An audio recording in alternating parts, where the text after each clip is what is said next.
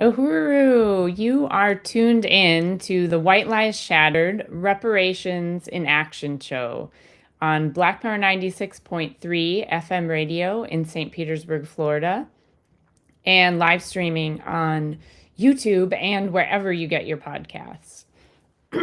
Excuse me. My name is Lisa, and I will be your host today. And White Lies Shattered, also known as Reparations in Action, is a program of white solidarity with Black power. We believe that reparations to African people is the key question of our times and is one that demands action on the part of European or white people. We want to salute and thank Chairman Omali Yeshitela and the African People's Socialist Party for leading the African Revolution and developing the theory of African internationalism and the understanding of the colonial mode of production. African internationalism is the theory and worldview of the African working class that guides the struggle for African liberation, and which we credit for all of the understandings and analysis provided on this podcast. I would also like to salute Black Power 96 Radio, where this show originates. Black Power 96 is not just explaining the world, but changing it. And you can get the Black Power 96 mobile app on Google Play or the Apple App Store and listen wherever you're located. So I'm honored to be joined by Penny Hess, chairwoman of the African People's Solidarity Committee. And I also want to welcome a special guest to today's program, Lisa Davis, who is the vice chair of the Black is Back Coalition for Social Justice, Peace, and Reparations. Before we get to our interview with Lisa Davis, we wanted to just touch on a couple of important topics. But I did just want to invite Chairwoman Penny and Lisa, if you'd like to jump in on any of this as we get started, please do that. You're welcome to turn on your cameras and mics. We're going to start out. We wanted to take I would like to jump in. Sorry. Yes. Oh, great. Okay. Thank you so much.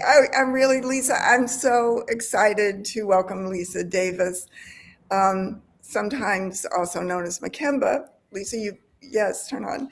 It is always so great to have you on or be with you. Really appreciate you. I know that you are the vice chair of the Black is Back Coalition and many, many, many more things. Very important part of the Uhuru movement. So thank you so much for coming on today. And I want to thank you as well and my comrades, and the work that you're doing is so important, and especially the title of this program, which I just happen to love, White Lives Matter. And you have so strong a true definition of a comrade. And I say this from everything in my heart, because I done been on them grounds when you're talking to your community. So I just had to say that. Uhuru. Thank you so much. Today. Yeah, welcome. And just want to salute Virginia, who's joining us online. Want to welcome everyone coming on. So great to see you. Well, we wanted to start by taking a few moments to salute and recognize an anti-colonial professor, historian, author, and activist, Ward Churchill. And friend. And friend of the Uhuru movement. Yes, absolutely. Who, has taken an incredible stand, the entire span of his adult life and maybe more, but just who passed away earlier this month. Really, sad to hear that news, but just want to salute and recognize him. So we have a few clips to share. The first one is from a radio show that was held a couple of evenings ago. Betty Davis and Chairman Omali Yeshitela co-hosted an episode of the show What's Happening on WBAI 99.5 FM in New York City. And many people were on that show to give a tribute to Ward Churchill, including APSC Chair Penny Hess and many others. And we just had a short clip. And I know you're here, Penny, but we can just play this, and then we have a couple of others. So. Please. Uhuru Chairman and everybody, and Betty, and it's such an honor to be here. And I just wanted to say very quickly that I am the chair of the African People's Solidarity Committee. under the leadership of Chairman Omali Shatella and the African People's Socialist Party, our job is to go into the white community behind enemy lines to tell the truth about this country built on slavery and genocide, and build a movement of white people for reparations to African people. And I'm saying that because the books and the speaking of Ward Churchill were always key to, and still are today, to our ability to do that, to show what this genocide is that has been committed towards the indigenous people. And we also met Ward in the 1980s when the Uhuru movement brought him to an Uhuru conference in Berkeley, California, and he gave an electrifying, very dynamic, incredible presentation. I just want to salute his books, A Little Matter of Genocide, and he has over 40 books, by the way. Yes. But I just want to salute A Little Matter of Genocide and his COINTELPRO papers, Yes. and the statement that he was attacked for the justice of roosting chickens. So Uhuru.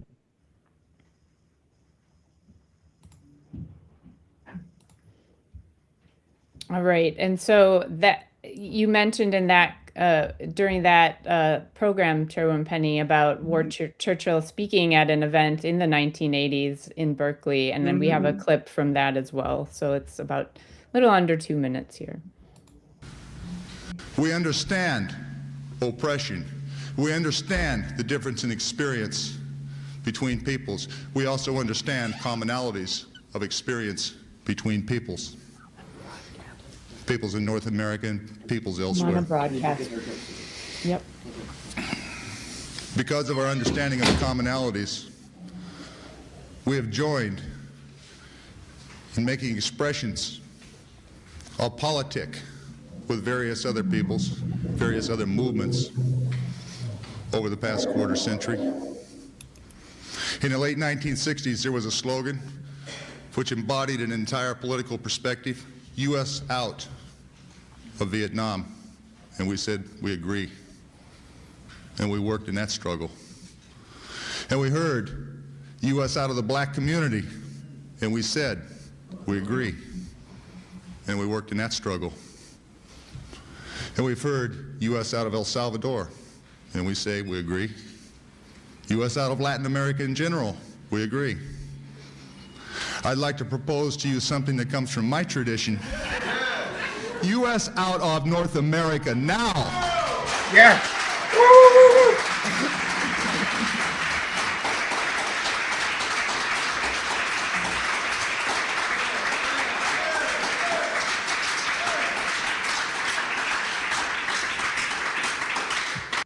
That is the agenda. That is Uhuru.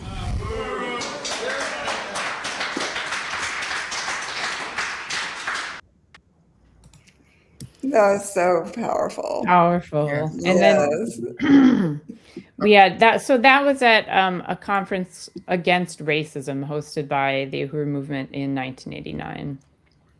We had one other short clip that was from a Hands Off Uhuru event in 2024 that was about, calling for freedom for Leonard Peltier. So he was part of the Hands Off Uhuru Fight Back Coalition and presented in this. So another short clip. Leonard should have been out on parole, even assuming he was guilty, which he clearly is not, even according to the federal officials most directly involved. But it has to do with death by incarceration. We understand the assassinations of Fred Hampton. We understand the assassination of Bunchy Carter and others. Dead is dead. But when they sentence people to eternity in prison, and we've had over the past 2 years a succession of major political targets from the Black Liberation Movement die either in prison, like Chip Fitzgerald, or in this compassionate image program that the BOP has initiated, dying within 3 months of the time that they finally are released, often decades after they should have been back on the street, assuming they should have gone to prison at all in the first place, which is a faulty assumption. All right. That is current events. You understand the history to understand the current. And if we don't have unity, in the face of the peril presented by this, then unity is a term that has no meaning. It's everybody's interest to respond. And it's in everybody's interest to get Leonard out. It's in everybody's interest to get Mumia out, and so on. So, but call things by their right name. This is not excessive police work. This is not rogue agents. This is not an aberrant case. This is not, it is a policy. It is a structure. It is a system that we must confront and demolish. Uhuru. Uhuru. We have a few minutes if you want, if there's anything to add about that. I think it shows the longevity that he had in the struggle. And I know yesterday in a Hands Off Uhuru update from the Hands Off Uhuru Fight Back Coalition that was last night, they also gave a salute and played a video from when he presented and spoke at the summation event after the oral arguments Yes. in Atlanta, which was just, I mean, that was on July 22nd. So that was Yes. about 1 month ago. Exactly. And it's just very moving, And in fact, Really incredible. I was going Yeah. to just bring that up as a testament to his dedication, to somebody who lived his life until his last breath. And I still believe he's living it. But that he was so committed that I think he transitioned last week. I want to say, I think August 11th or thereabouts, around that time. But yet, about 2 weeks prior to that time, he came to the hearing, with the Uhuru Free. And I just thought that just showed such tremendous strength. And it's everything about what being a comrade is about, what being a revolutionary is about, and what having principles are about. So I just had to say that. Uhuru, and just really also, I really want to unite with what you just said, Lisa.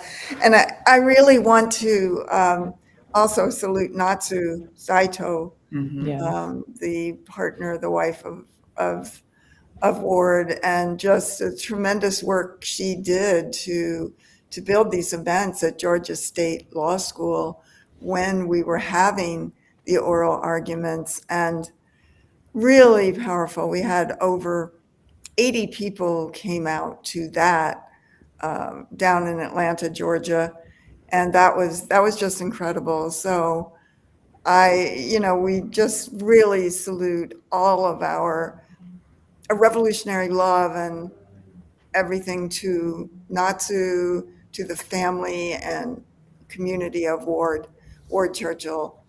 Yeah, and I just want to say, just one Go last thing, ahead. Yeah, go ahead. if I may, because he reminds me, and the struggles of the indigenous people remind me, and it's hard to remember this, that what occupies this land, this infestation that occupies this land, is not the totality. We cannot allow what the United States is to define the land of Turtle Island. And that's what I am committed to. I'm a patriot to that. Nothing. Absolutely. United States. Nothing. Yes. Uhuru, to that. absolutely. Total unity. Really appreciate that, Lisa. Yeah, thank you so much. All right, well, we're going to move to our next short segment, which is saluting the grand opening of the Uhuru Bakery and Cafe in St. Louis. So we wanted to take a few minutes to recognize that incredible victory of the opening of that institution. And it's part of the Black Power blueprint that is transforming the north side of St. Louis, fighting the city of St. Louis's long-term plan to gentrify that historically Black community, push it out. And because of that, the city government has put up every roadblock possible to the positive programs that the Black Power blueprint has developed and has been developing since 2017. And that includes this bakery and cafe that is located in what some described as a food desert, or it can also be described as food apartheid. But the Uhuru movement fought for it and won the ability to open the bakery and cafe, and they held a grand opening last weekend and are now open. And it represents more than just a bakery or a food place in that neighborhood. It's about economic development and self-determination for African people. So we wanted to share just a few clips from that celebration last Saturday. So the first one is a reel that's posted on social media that just gives some highlights and a feel of what the event was like.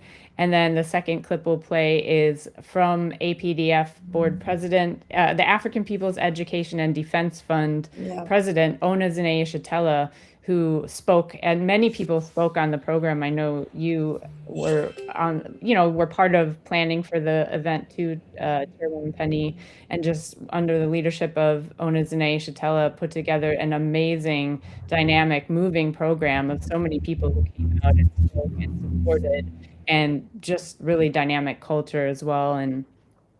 So we'll watch these two clips and then can just sum up some more. So this first one is some highlights. The grand opening of the Uhuru Bakery and Cafe in North St. Louis was absolutely historic. The architecture is beautiful. The community is beautiful. The youth were engaged. There were cultural demonstrations. And of course, the food, the drinks, the desserts are so delicious. I'm obsessed with the sweet potato pie. We salute President Ona Zinea for bringing local talent, bringing local vendors, and bringing life to Northside St. Louis on the historic 139th birthday of the Honorable Marcus Messiah Garvey. We had 4 simultaneous flag raisings of the red, black, and green flags, imbuing pride right in our community. This is where you deserve to eat, this is where you deserve to shop, and this is where you deserve to build. Like my husband, Marcus and Amy understood that liberation required African people to create our own colonial negating institution rather than depend on the system controlled by the colonizers. The work that I've led through the Uhuru movement emphasizes seizing territory as one of my main goals and creating and building permanent anti-colonial dual and contending power institutions that serve the African community. Economic development and self-reliance are tools for national independence, transforming ideas of liberation into physical structures for businesses, community spaces, agricultural projects, and economic initiatives. Also, organizing people around collective responsibility and institution building, where Amy helped build the ideological and communication infrastructure of the global movement. My work focused on developing material infrastructure, places, and institutions that can sustain community power. The connection between the work of Amy Jock Garvey and myself is a shared commitment to building institutions, advancing African self-determination, self-reliance, and recognizing the importance of African women as builders and organizers of the liberation movement. Our work may take place in different historical periods, but it's a part of the same trajectory to win total and complete liberation for African people worldwide. So we are our own liberators. The resources of Africa belongs to African people everywhere. African women must lead. One Africa, one nation. Uhuru! Uhuru! Thank you so much. Uhuru! Uhuru! That was so amazing. Yes, awesome. I wish I could do Uber Eats from New Jersey because I would do that. I would do Uber Eats, but I don't think they deliver that far. Oh, Penny, can you unmute? Somehow you're muted. Yeah, I'm muted. Okay. Uhuru, yes. Uber Eats from New Jersey. Yes, I would do that. I'm sure me and Sister Betty would do that.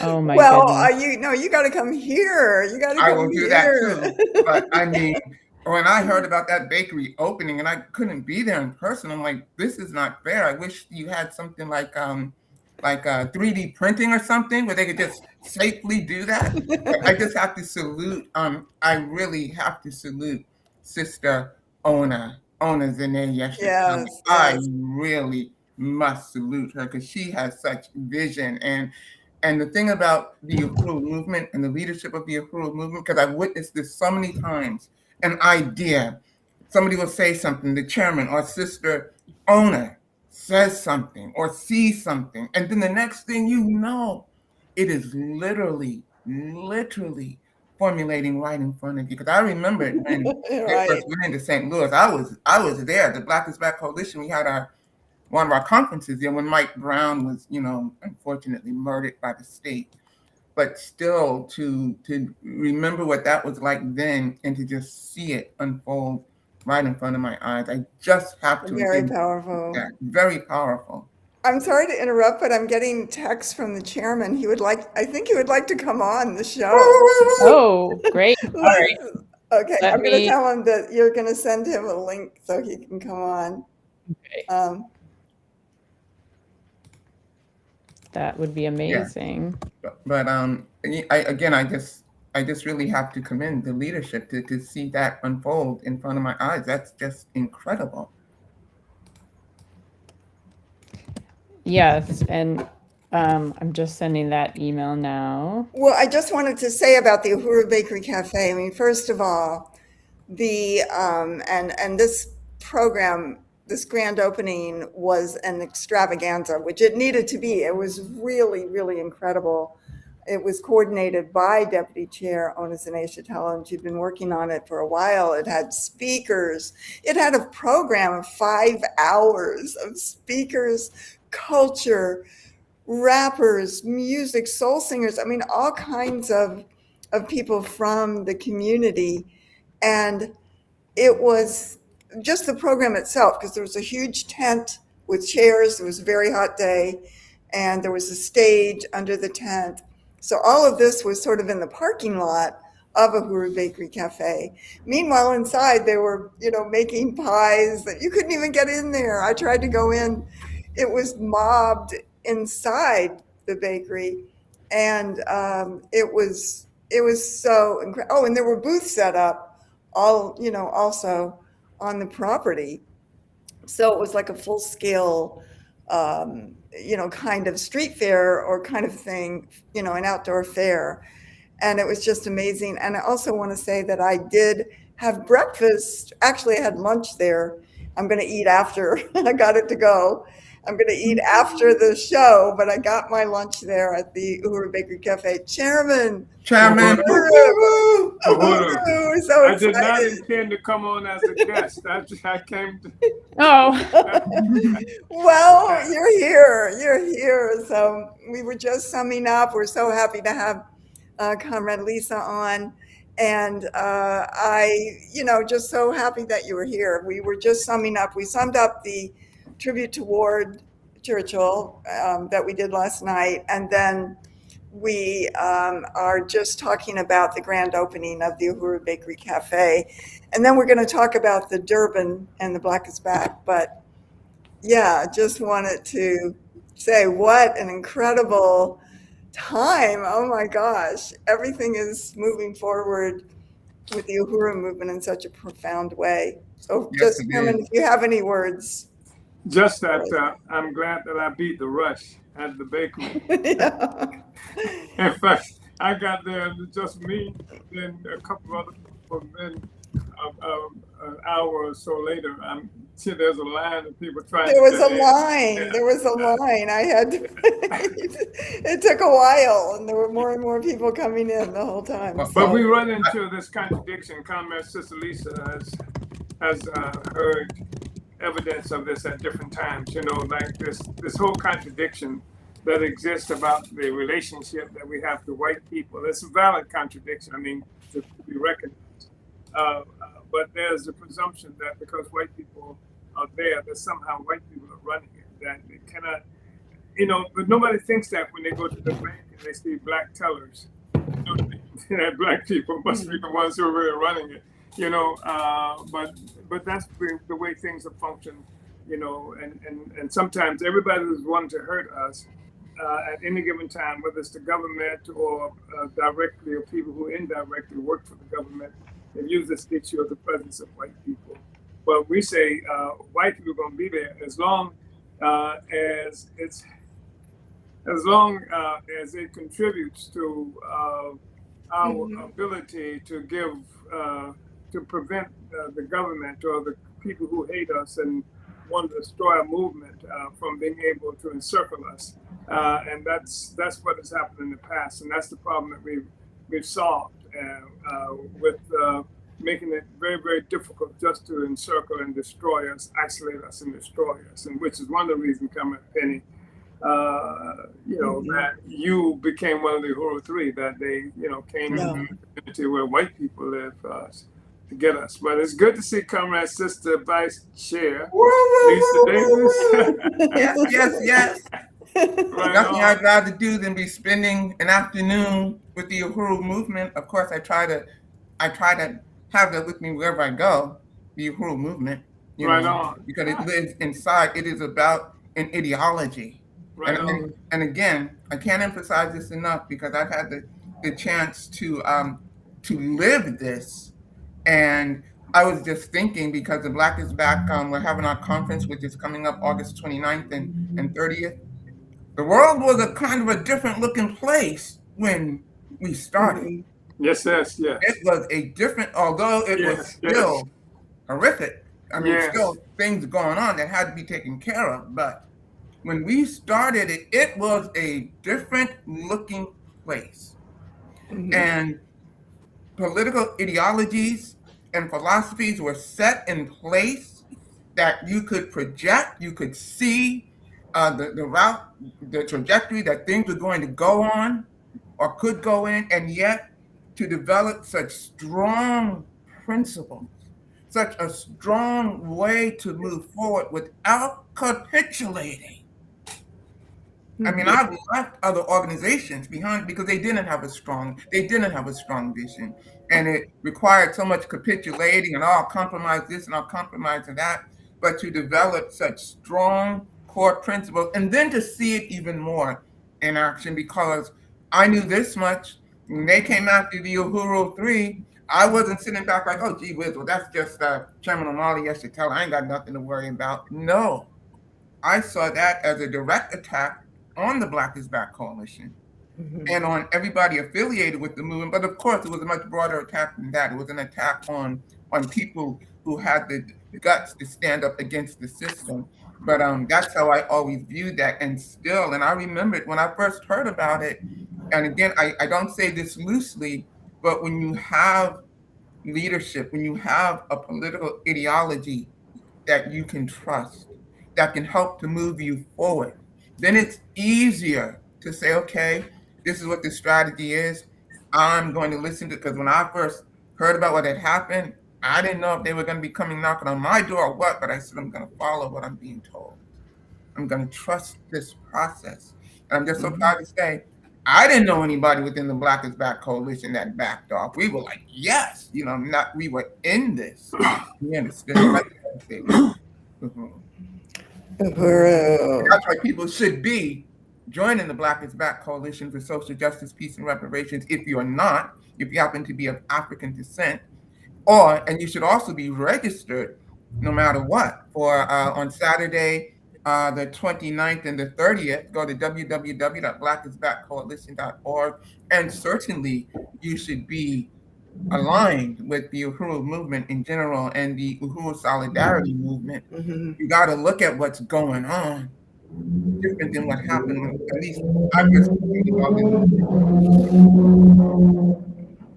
Uhuru. Thank you, Lisa. And I know that the one of the things that will be taken on, or maybe part of the focus of the upcoming Black is Back conference that you have I believe every August, is the Durban Declaration and the United Nations resolution. So I was wondering if you could talk about that, or Chairman, could say a little bit about that.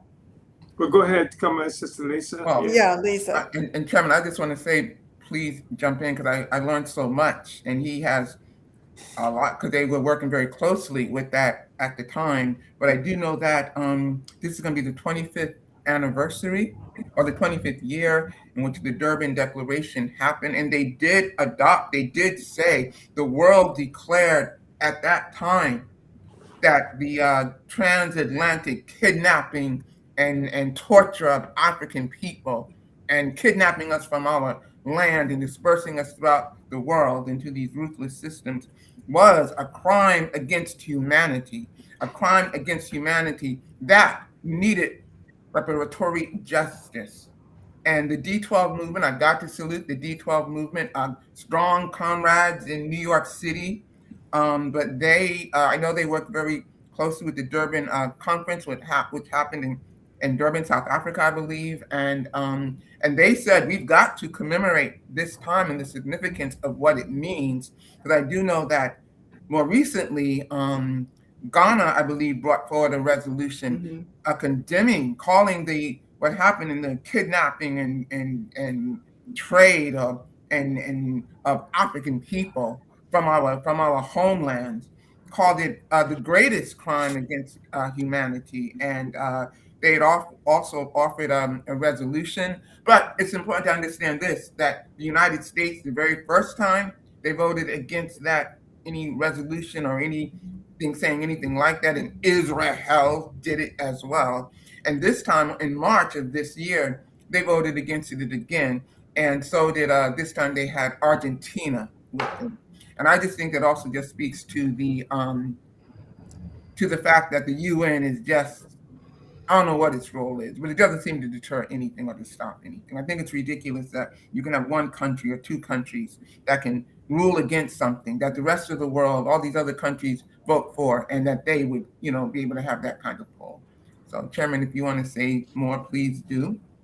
Well, I think that's really great what you've had to say, and I just want to remind people that the United Nations, founded right after the Second World Imperialist War, called World War II, tried to rescue a kind of relationship and strategy that had come from the colonizers immediately after the first imperialist world war, called World War I, and the Versailles Treaty, which concluded that war. And part of what was supposed to happen was, and it was put forth by Woodrow Wilson, who was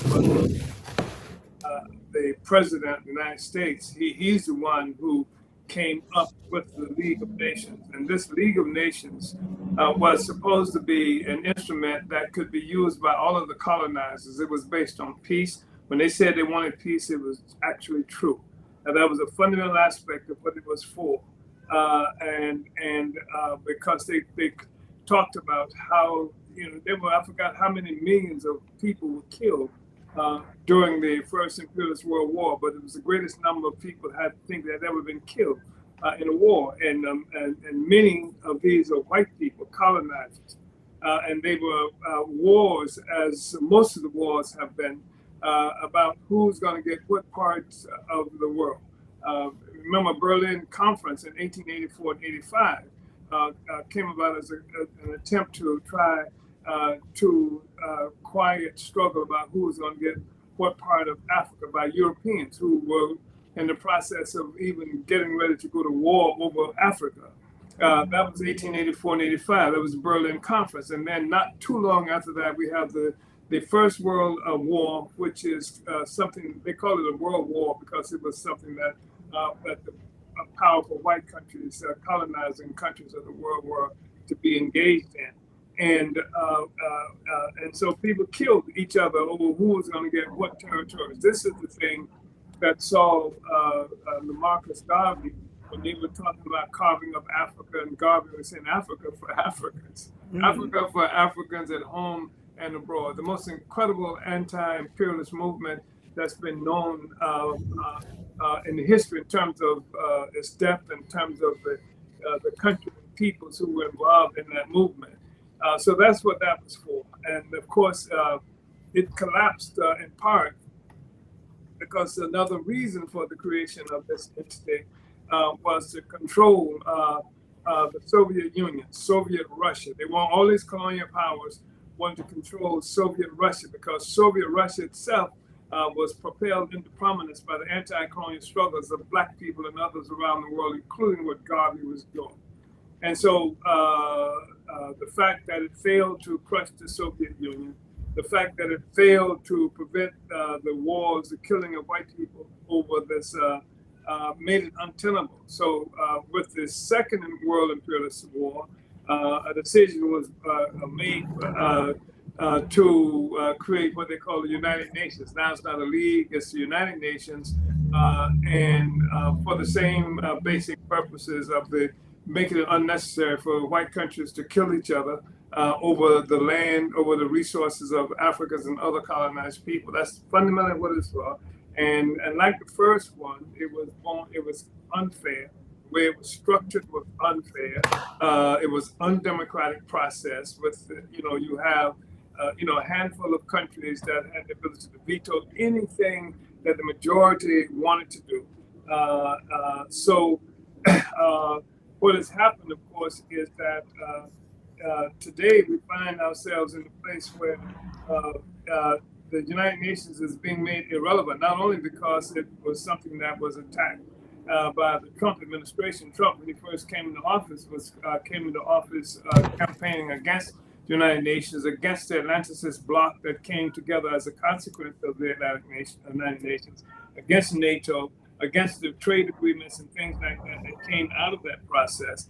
Trump came out against that, withholding monies, punishing countries that didn't do what the United States. I'm talking about now. I'm not talking about the rest of us. I'm talking about even colonizer countries were punished for who didn't carry out the mission that the United States wanted carried out. And now we see that the United Nations is being irrelevant because Russia is still there.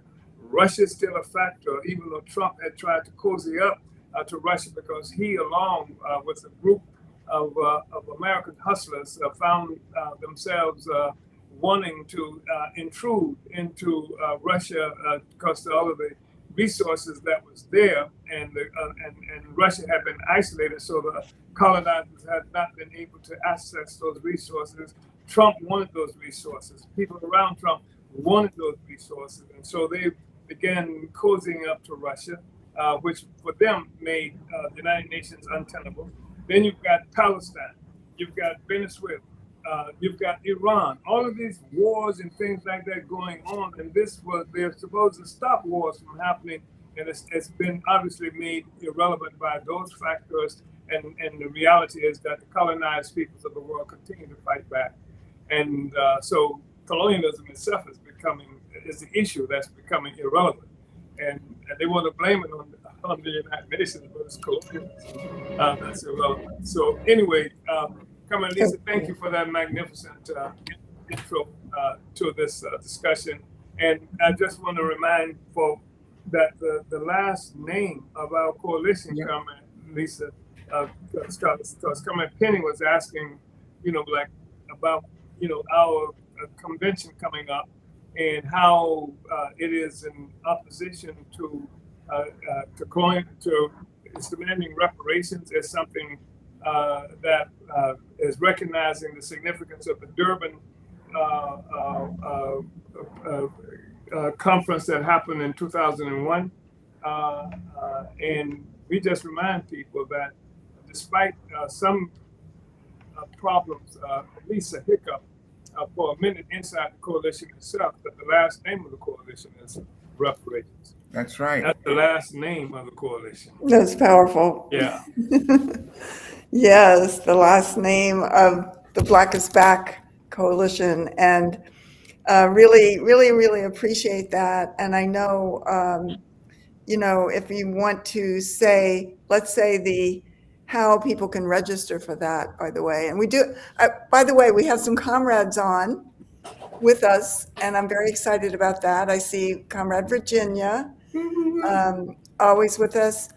And let me see. Wow, we have a lot of things. I saw Jalalian, Diasporic Music. Yes, I see Jalalian, and I see Shirley Baker, 1094, and I see Wendy Snyder, Eliza Sidney from St. Pete, and she has a adorable kiddo. to salute your baby as well. And We call him Shortest, Penny. okay. And he had a little Uhuru Hands off onesie, Uhuru. hands off Uhuru onesie I that saw we had to those take a picture with. pictures. It's so cute. So I'm sure he's grown out of that now, but that was a little while ago. They grow fast. So anyway, really want to welcome everybody who's on with us. And thank you for coming on. Great to have Chairman Omali Shatella and Lisa Davis from the Black is Back Coalition, Chairman Omali Shatella, Chair of the African People's Socialist Party and the Uhuru Movement. Uhuru. So, Well, yeah, Lisa, go ahead. Lisa Oh. Watson. yeah, I mean, I was just going to say for some people who may be watching who aren't as familiar with the Black is Back Coalition, I was just wondering if Lisa or the chairman could just say a little bit more about the coalition itself. Great. Mhm. Oh, certainly. The Black is Back Coalition is a coalition of organizations and individuals who are committed to the principles of the Black liberation struggle and certain principles that we had made the foundation of uniting around. It is an anti-colonialist, an anti-colonial coalition. United around ending these horrible wars, uniting around reparations, uniting around the uplifting and upholding of African women, African families, and of course, African people. Reparations, freeing all our political prisoners, but also ending these colonial institutions that still have chains on us. We are about Black community control of the police, Black community control of education, Black community control of health. We recognize the importance of the international front. We say United States out of Africa, Asia, and every freaking place that it invaded and infested. And in fact, one of the core principles had to do with the issue of what's going on with Palestine. So we recognize the importance of that. But again, Latin America, Asia, and Africa, of course. And these are just some of the things that I can think of, right now. But we also, we're about all the right things, the things that are right and just. But so much deeper than that. But certainly understanding it is an anti-colonial, anti-capitalist fight. And that's really important to have that kind of framing. Because if you don't, you'll be calling yourself a Black millionaire and aligning with the Democratic or the Republican Party and calling yourself making good business deals. Uhuru. That's important.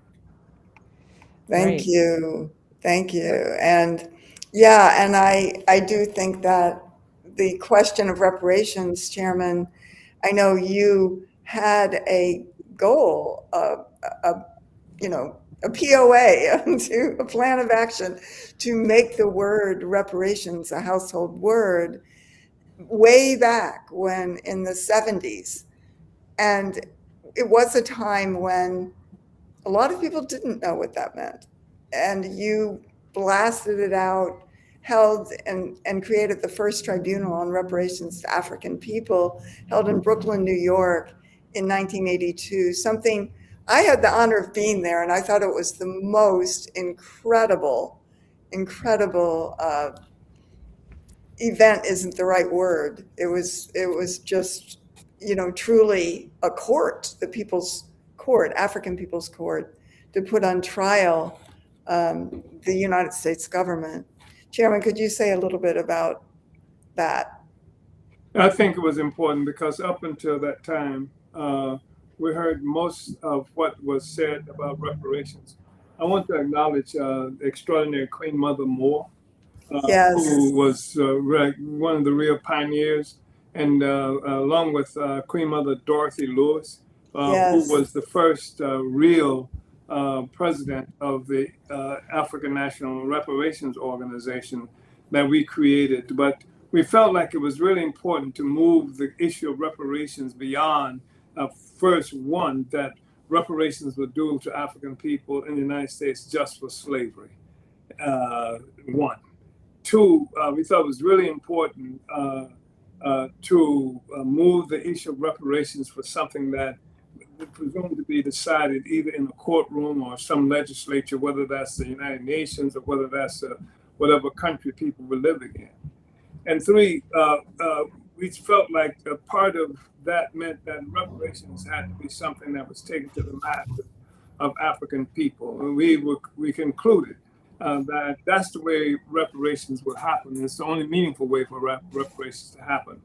And so that's one of the reasons we pulled together this extraordinary tribunal, which for the first time in history actually quantified the amount of value stolen from African people, which is not to say this is the first time amount was placed on what should be given a return to African people. Callie House, an extraordinary African woman who lay in prison in 1915 for daring to build an organization of literally hundreds of thousands of Black people. She was born in slavery, built this extraordinary this organization where hundreds of thousands of Africans joined in active struggle for reparations. And then subsequent to that, as many of us know, in 1969, the James Foreman, who had been a leader in the Student Nonviolent Coordinating Committee, presented at the Black Economic Development Conference in Detroit, Michigan, and a Black manifesto that demanded $500 million from all the white churches and the white synagogues for reparations to African people. A week after that, which was on May 4th, I think it was, which was a year and a month after Martin Luther King had spoken at Riverside Church. Foreman went to Riverside Church.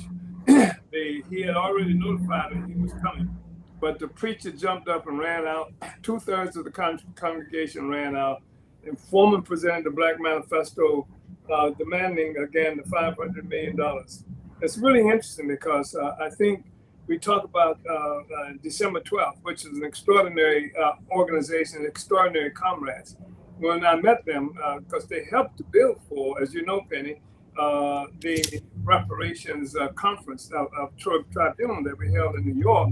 But when I met them, I think they were Sunrise Collective.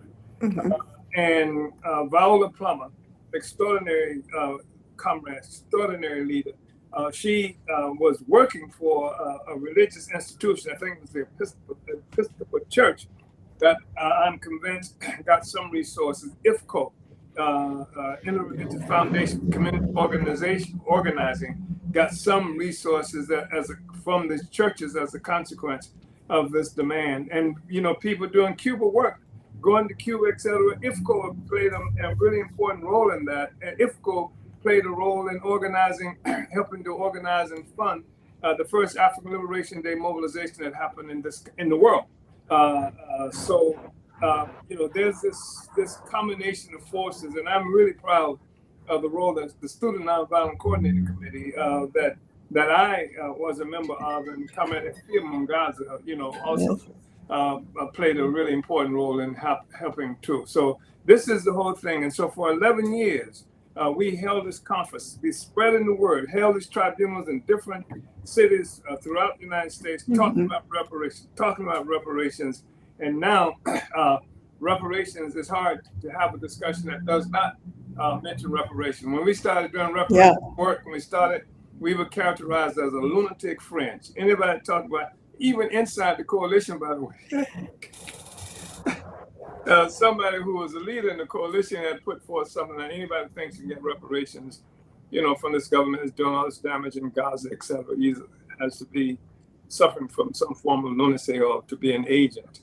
And now we see the whole world united, with the exception of Israel, United States, and Argentina, blatantly against it, and some other 50 countries, I think it was, that just refused to vote on it one way or the other. It's interesting because I think the first time that I heard of the word reparations, I think I was in New York coming through the World Trade Center or something, and it seemed like it was the 80s or thereabouts. seemed like I was in college. Yeah. And I just vaguely remembered seeing something. I seemed like I remembered that, like, and I'm like, what's that word or whatever? But Yeah. it seems to be that's the first time I ever heard of the word reparations. Yes. And I traveled all over the world. I went to Ireland and went throughout England and went to France. Yes. Taking the reparations issue everywhere. So I feel like we made a major contribution Yes. in making the reparations demand what it has become. Absolutely. Absolutely. And we look at now, just it is everywhere. And, one of the points that you made, Chairman, back then was that it was a revolutionary demand because you were calling for $4.1 trillion, which is, isn't that more than the whole, just in stolen labor alone, and really popularizing and bringing out something that had been very much obscured purposefully was the amount of wealth that the stolen labor and stolen resources of African people and the stolen land of indigenous people was so great. It was the basis for the entire social system that we live in. It wasn't just a wrong from a certain period. It's the essence of what you call the colonial mode of production, that everything, considering that a mode of production is how resources and wealth are generated in a society. What is the mechanism to do that? And that's why you say that the entire wealth, the entire economic base of the system we live in is from the stolen labor and stolen resources. When you say the system we live in, but that's globally. Yes. That's That's the whole world. It's not just white people, black people, and it's not just when we talk about a colonial mode of production, we're talking about how generally speaking, the defining process through which human beings engage in the production and reproduction of life stems from colonial slavery, the capture of Africa, the capture of African people, the capture of this land and territory, the dispersal of everybody. So even though China didn't engage direct enslavement, Russia didn't engage in enslavement, the economies of China and Russia are economies that have been influenced by this dominant process etc. So anyway. And also, I just wanted to say, and yes, they stole our labor and the resources and everything they could, but not something else that they also stole, also took, also captured is the knowledge. Is the wisdom, is our way of doing things. And in fact, I just happen to have this book in front of me. I didn't deliberately have it here, but this is called The Papyrus Ebers, Ancient Egyptian Medicine. First of all, the oldest medical text surviving anywhere in the world came from Egypt. And we've been hearing all this much about plagiarism and everything, and I love that the title of this show is called Shattering White Lies. Ebers, when I first saw this book, I'm just thinking, Ebers was an Egyptian word or whatever. No, Ebers is a European colonizer, George Ebers, who found these texts and put his name on it. Wow. Now that's plagiarism. This is plagiarism. Yeah. And you plagiarize a whole history. And the consequence of that, the consequence of having this knowledge robbed from us, being just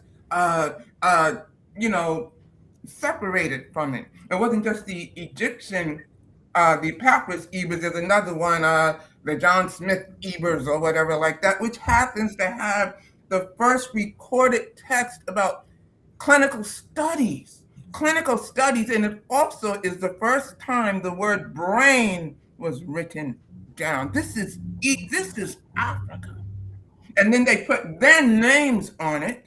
And in fact, when the Egyptian Papyrus Ebers was colonized by them and taken, from them because they had some information in here about how the willow tree can, stop pain and all of that. And soon after that, not too long after that, in the 1860s, I believe it was, suddenly you hear about bear aspirin.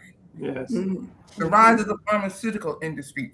And where did Bayer get this information from? And one of the things that Bayer did do, they helped to mass produce, this thing called aspirin and all of that.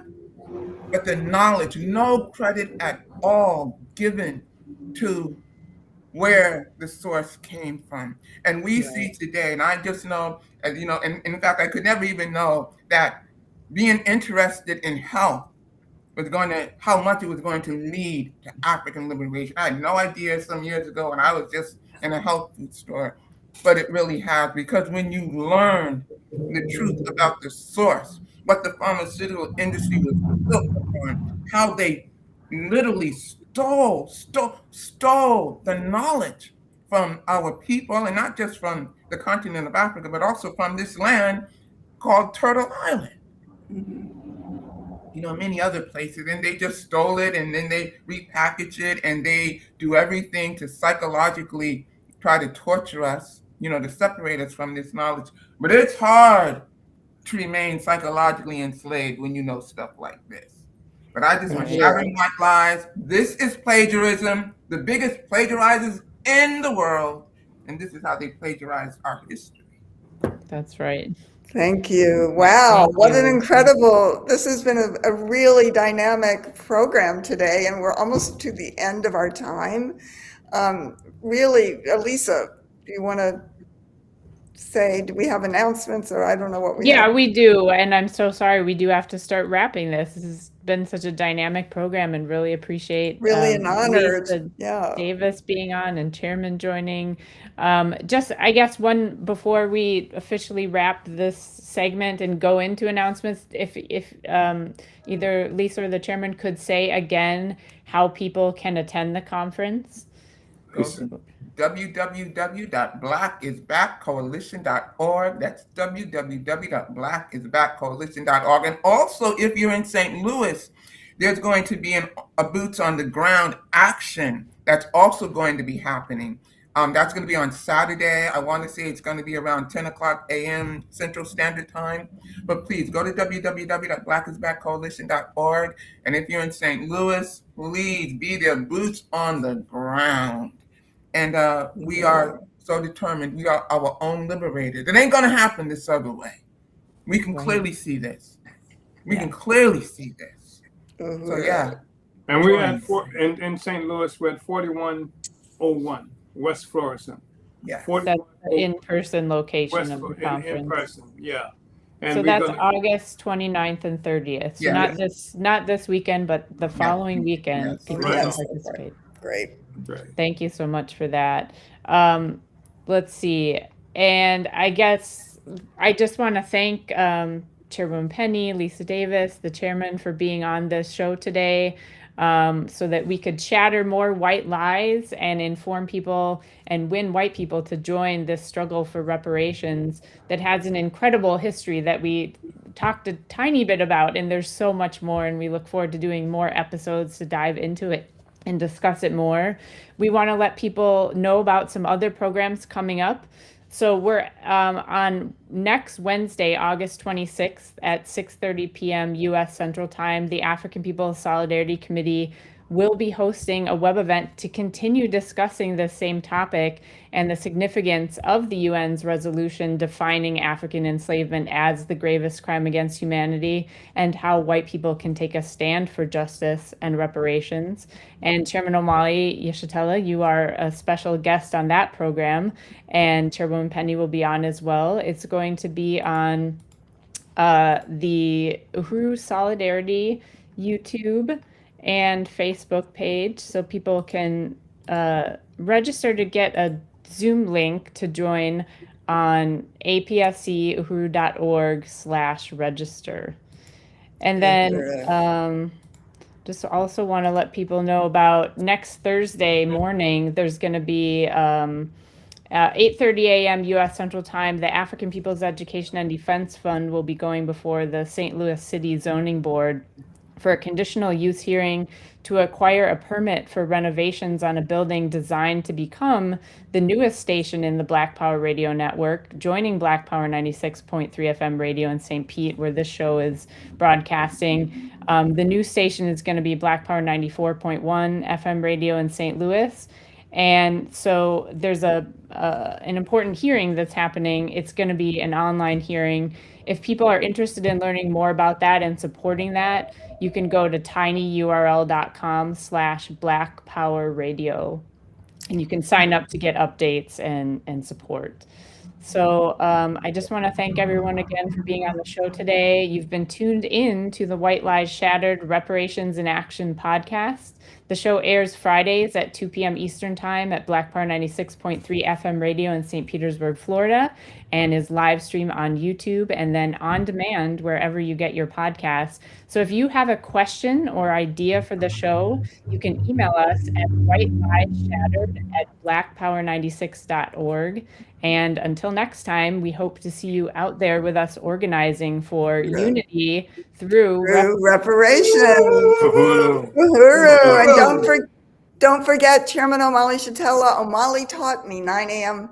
Central on Sundays. Really powerful. That's on the Burning Spear TV YouTube channel. So definitely everyone tune in for that. So thank you, everyone, and we'll see you next time. Uhuru. Thank you. Uhuru. We are winning. Uhuru.